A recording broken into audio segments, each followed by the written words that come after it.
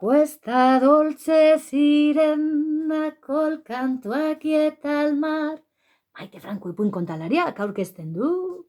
Fa la la la la la la la, fa la la la la la la. Un suoleggia tropisa piularia serenar. Ui, iaia erakutsi dizuet. Baina badakizue, beti, hasi aurretik, asmakizuna. Eta gaurkoan asmakizun bat baino gehiago. Izan ere, protagonista bat baino gehiago ditu gaurko ipuinak. Hauxe dugu lehenengoa. Tita, tita, tita, tita, tita, tita, asma ezazu tita. Leioan jarrita. Dotore eta polita. Ispilua eskuan eta koroa jantzita. Zerote da? Hoxe, tita asmatu duzu, tita. Bai. Printzesa, bibazu, baina, ara, falta zaigu bigarrena. Eta bigarrena zailago jarriko dizuet. Ea ba. Ipuin baten antzekoa eta atzeko zaurrera, animalia ezaguna. Zerote? Alegia, modu batean, ez, baina alderantziz buelta ematen badiogu, hitzari, esan nahi du, animali, edo ematen du, animali ezagun baten izena. Ui, ze zaila jarri dudan. Beste bat errazago, baina gauza bere asmatzeko. Kerreka, korroka, berde eta potioka. Korroka, kerreka, etxea du, erreka. Berde, potioka, erreka. Ez da ere? Bueno, errezago jarriko du, ea ba. Beti berde eta mela, errekan dabil gure, igela. Hoxe, gaurkoan, asmatu duzuen bezala. La la la la la la la la la la la la la la. Printzesa eta igelaren ipuina. Un zuoletxia tropisa piularia serenar. Eskuak aurrean, eta esango dugu kukua, kukua, ipuina, hasiko da. Begiak erne, belarriak tente, mingainatera, eta zuloan gorde, txutxu, txiu, ikontarita zuek, entzule. Pasen behin, printzesa bat, printzesas jantzita, antzeraman bere printzesa soineko luze-luzea, manga luze-luzeekin, dotore, bere hile luze-luzea, zedezerosoa komunera joateko. Eta egunak ere luze-luzeak egiten zitzaizkion, izan ere gure printzesak etzekoan gauza hondirik egiteko. Garai bateko printzesa guztiek bezala. Ze egiten zuen? Bere burua orraztu, margotu, abesten ikasi, fa la la la la la la la, fa la la la la la la. Ze gehiago egiten zuen? Bai, asko maite zuen urrezko bolatxo batekin jolastea. Flup, flup, flup. Hoxe, eta beti, bere printze urdina noiz etorriko ote zen, zai. Holaxe pasatzen zituen egunak. Goiz batez, gozaldu ondoren ateratzen lorategira, bueltaska bat eman zuen, eta beti egiten zuen bezala, urmaela, edo, laku txiki hori bezala, urmaela, ondoan eseri, alboan eseri, atera zuen urrezko bola, eta hasi zen flip, flip, flip. Talako batean, bola, plotx, zanga, urmaelera erori zitzaion. Gure printzesak asko maite zuen bolatxo hori, baina manga luze horiekin ezin moldatu, ezin bolatxo hartu. Ai, nire urrezko bola, zer egingo dut, zertara jolastuko naiz orain, mesedez, larritu zen. Eta lako batean, ahots bat entzun zuen. Printzesa! Ai, jarretu zuen, kexuka ez da. Ai, nire bola, nonote da, nire bola, ai, bustitzen naiz, Printzesa! Printzesa, hemen, urmaelean, kuraka, blabet. Tan ikusi zuen igel potolo bat, kilo erdikoa gutxienez. Berdea, azal distiratsuarekin, likitsua edo bakizue, zikina, hau handia, begi bat hemen bestea bestaldean. Blabet. Ai, mesedez, igela, lagundu idazu urrezko bola berreskuratzen, mesedez. Bai, lagunduko dizut, baina trukean 3 gauza eskatuko dizkizut. Blebet. 3 gauza? Batekin aski ez? Blebet. Lehenengo gauza eskatu ziona.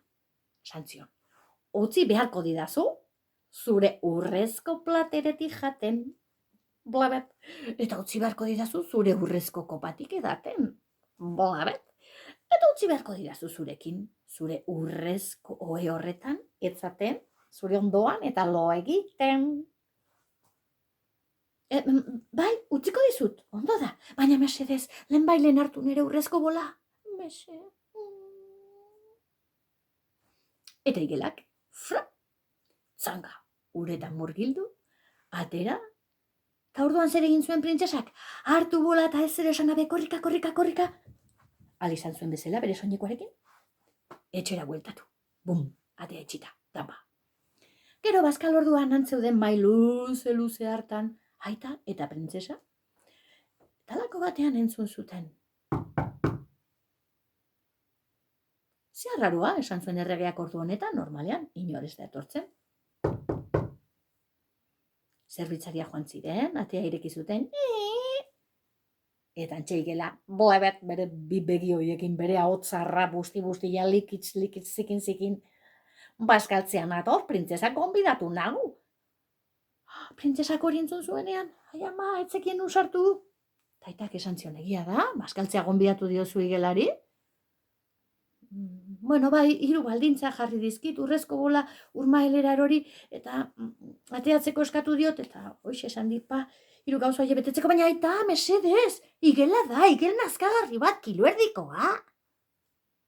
Berdin namaitia, emandako hitza betetzea zor. Benetan? En serio? Eta bai, antxe sartu zen igela, erregaren baimenarekin, blabet, eta igo zen, printzesaren altzora, magalera, hanka izterren gainean jarri zitzaion. Blab. Printzesa, enaiz iristen platerera, hurbilduko didazu? Aita, egizu. Aita, urrezko platera, superpolita. Hartu platera, eta igelari hurbildu zion.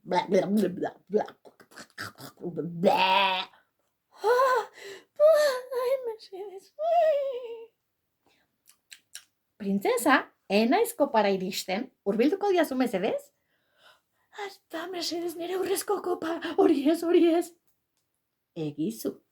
Hartu kopa, eta edaten, eman zion. Korrokada hondiagoa bota zuen.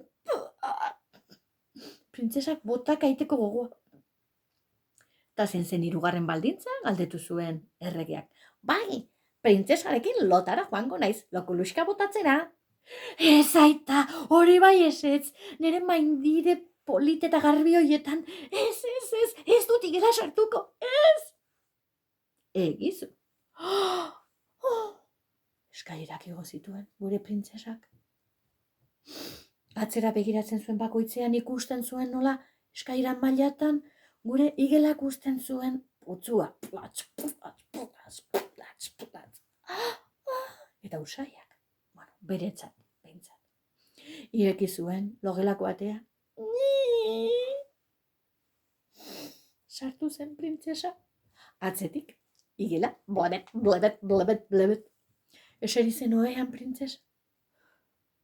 Printzesa, enaiz iristen, lagundu beharko didazu, oera irikotzen. Hartu zuen sekulako nazkarekin. Eta orduan, sentitu zuen, korputzan, odola, borka, heldu igelari, eta badakizu zer egin zion. Plasta! Paretaren kontra bota zuen, eta igelak egin zuen, eta lurra ikutu zuenean, igela printze bihurtu zen, bai. Buruko mina zuen printze. Au, ze kolpea, Printzesak ezin sinestu. Zer zara? Printzea zara, printzea zinen? Noski, sorgindutako printzea. Baina ze printzea, ai ama. Izan ere, ederra iruditu zitzaion, agian zuei eze. Begi urdinak zituen, bueno, igual berdeska, igelaren antzekoa. Ilea berde, ia berde ez. Ile horia zen, bueno, izango zituen, ez da, itxas belarrak edo, bueno, urmaeleko belartxoie. Dotore zijoan jantzita, guztita ere, bai.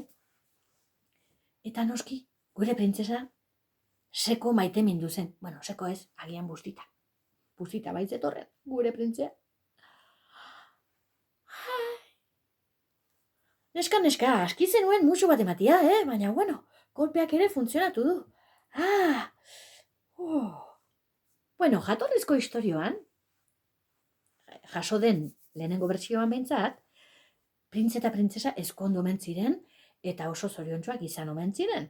Baina guk hor nahi duguna egin genezake, beti bezala. Badakizue, kontalariok eta zuek ere kontari hasten bazarete, egiten dugu gure moduan kontatu. Gauza guztien gure bertsioa ematen dugu, ezta? Eta hor esan genezake adibidez, printzeari printzesa zitzaiola gustatu. Edo printzeak hasieran, gustu hartu ziola berriz ere printze izateari, baina igual igela izatearena ere faltan botatzen zuela. Edo jarraitzen zuela korrokadak botatzen eta printzesari hori ez zitzaiola gustatzen. Edo auskalo, edo printzesari ez zitzaion gustatu printzea. Mila bukaera asmatu daitezke. Baina, holaxe utziko dugunez, jarri beharko diogu betiko bukaera hori, horren ongi dakizuen aburuz ez da, eta hau, ala zan, ala ez bazan, sardadila, kalabazan. Eta atera dadila, zuen etxeko, oean, edo edere lekuan, agian zuetako baten badu, edo urmalean. Eta gustatu bazaizue, holaxe egintzazue. Eskerrik asko ekipo, oain ariketak.